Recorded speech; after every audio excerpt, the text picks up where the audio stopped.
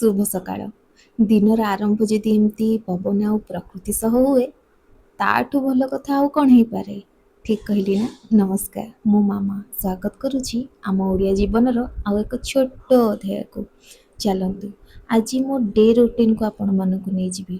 Office କାମ, ଘର କାମ ଭିତରେ କେତେବେଳେ ନିଜ କଥା ବି ମନେ ପଡ଼ୁନି। ନିଜକୁ ଟିକେ ସମୟ ଦେବା, ଫ୍ରେଶ୍ ହେବା, ଏହି ହିଁ ତ ନୂଆ ଗୋଟେ ଦିନକୁ ସ୍ୱାଗତ କରିବାର ସରଳ ଉପାୟ। ନିଜକୁ ଟିକେ ସେଲ୍ଫ କେୟାର କରି ଗାଧୋଇବାକୁ ବାହାରି ପଡ଼ିଥିଲି। ଆଉ ଆସିଲା ପରେ ପୂଜା ସାରି ପିଲାମାନଙ୍କୁ ଛତୁଆ ଦେଇ ଦେଇଥିଲି। ତାଙ୍କୁ ଦେଲା ପରେ ଆମେ ଦି ଯା ବି ଟିକେ ଟିକେ ଛତୁଆ ଖାଇ ଦେଇଥିଲୁ।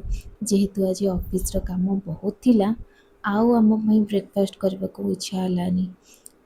ସୋ ପିଲାଙ୍କୁ ଛତୁଆ ଦେଇଦେଲା ପରେ ଦୁଇ ଯା ଟିକେ ଚା' ପିଇଲୁ, ବସିକି ଗପସପ ହେଲୁ, ଆଉ ଆସିକି ଛତୁଆ ଟିକେ ଖାଇ ଦେଇଥିଲୁ। ଦେଖୁ ଦେଖୁ ସକାଳ ସରି ଖରାବେଳ ବି ହେଇଗଲାଣି। ମୋ ବଡ଼ ଯା ସେପଟେ ରାନ୍ଧୁଛନ୍ତି, ଆଉ ମୁଁ କାମରୁ ଉଠିକି ଟିକେ ପ୍ରକୃତିକୁ ଦେଖା କରି ଖୁସି ହେଇଯାଉଛି। ଘର କାମ ଆଉ ନିଜ ଭିତରେ ସମୟ କେମିତି ବିତି ଯାଉଛି ଜଣା ବି ପଡ଼ୁନି। ଭାଉଜ ଦି ପିଲାଙ୍କୁ ଗାଧେଇ ଦେଲେ, ଆଉ ମୁଁ ବାବୁଙ୍କୁ ପୋଛି ଖାଲି ଡ୍ରେସ୍ ପିନ୍ଧେଇ ଦେଲି। ଭାଉଜ ଅଛନ୍ତି ବୋଲି ମୋତେ ଟିକେ ଟାଇମ୍ ମିଳୁଛି। ସେ ଟିକେ ରାନ୍ଧି ଦେଉଛନ୍ତି ବୋଲି ମୋତେ ଟିକେ ହାଲକା ଲାଗୁଛି।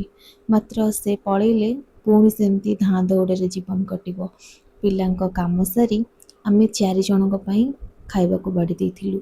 ୟୁଜୁଆଲି ଆମେ ଆଗ ପିଲାଙ୍କୁ ଖୁଆଇଦେଉ, ତାପରେ ଆମେ ଖାଉ। ମାତ୍ର ଆଜି ଆମକୁ ଭୋକ, ଅଳ୍ପ ଟିକେ ଟିକେ ଛତୁଆ ଖାଇ ଦେଇଥିଲୁ ନା, ସେଥିପାଇଁ ଏକା ସାଙ୍ଗରେ ନେଇ ଆସିଲୁ।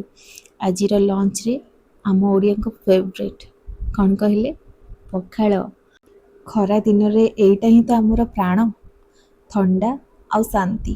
ଆଜି ପଖାଳ ସହ ଥିଲା ଆଳୁ ଝୁଡ଼ୁଙ୍ଗ ଭଜା, ଆମ୍ବ, ଆଳୁ, ବାଇଗଣ ଆଉ ଟମାଟୋକୁ ଭାଜି ଦେଇଥିଲୁ, ଆଉ ତା'ର ଚକଟା। ଶାନ୍ତିରେ କଂସେ କଂସେ ପଖାଳ ଖାଇ ଜେଝା ବାଟରେ ଚାଲିଲୁ। ଜେଝା ବାଟରେ ମାନେ ସେ ଚାଲିଲେ ବଡ଼ଙ୍କୁ ଶୋଇବା ପାଇଁ, ବଡ଼ ମୁଁ ମୋ ପୁତୁରାଙ୍କୁ କହେ, ଆଉ ମୁଁ ଚାଲିଲି ବାବୁଙ୍କୁ ଶୋଇବା ପାଇଁ। ସେ ଟିକେ ଶୋଇପଡ଼ିଲେ ମୁଁ ଆରାମସେ କାମ କରିପାରେ। ତେଣୁ ମୁଁ ମୋ ଅଫିସ୍ କାମରେ ବସିବା ପାଇଁ ତାକୁ ଆଗ ଶୁଆଇ ଦିଏ। ଆଉ ସନ୍ଧ୍ୟାବେଳେ କାମରୁ ଉଠିକି ଦେଖେ ତ ପୁଣି ଗୋଟେ ସୁନ୍ଦର ଦୃଶ୍ୟ, ଏକଦମ କଳାହାଣ୍ଡିଆ ମେଘ। କେତେ ମନୋହର ଏ ଦୃଶ୍ୟ, ମୋର ତ ପେଟ ପୁରି ଯାଉଥାଏ। ଏକଦମ ସ୍ୱର୍ଗ ପରି ଲାଗୁଛି ନା? କାମ ବ୍ୟସ୍ତତା ପାଇଁ ମୁଁ ପୁରା ଡିଟେଲ୍ ଭିଡ଼ିଓ ସୁଟ୍ କରିପାରିଲିନି, ହେଲେ ଚେଷ୍ଟା କରିବି ଆଗକୁ କରିବା ପାଇଁ। ତେବେ ସେ ଯାଏଁ ରହୁଛି। ନମସ୍କାର, ଜୟ ଜଗନ୍ନାଥ। ହଁ, ଭିଡ଼ିଓଟି ଲାଷ୍ଟ ଯାଏଁ ଦେଖିଥିବାରୁ ବହୁତ ବହୁତ ଧନ୍ୟବାଦ। ଭିଡ଼ିଓର ଏଇ ଯାଏଁ ଯଦି ପଳେଇ ଆସିଲେଣି, ଚାଲନ୍ତୁ ଶୀଘ୍ର ଶୀଘ୍ର ସବସ୍କ୍ରାଇବ୍ କରିଦିଅନ୍ତୁ।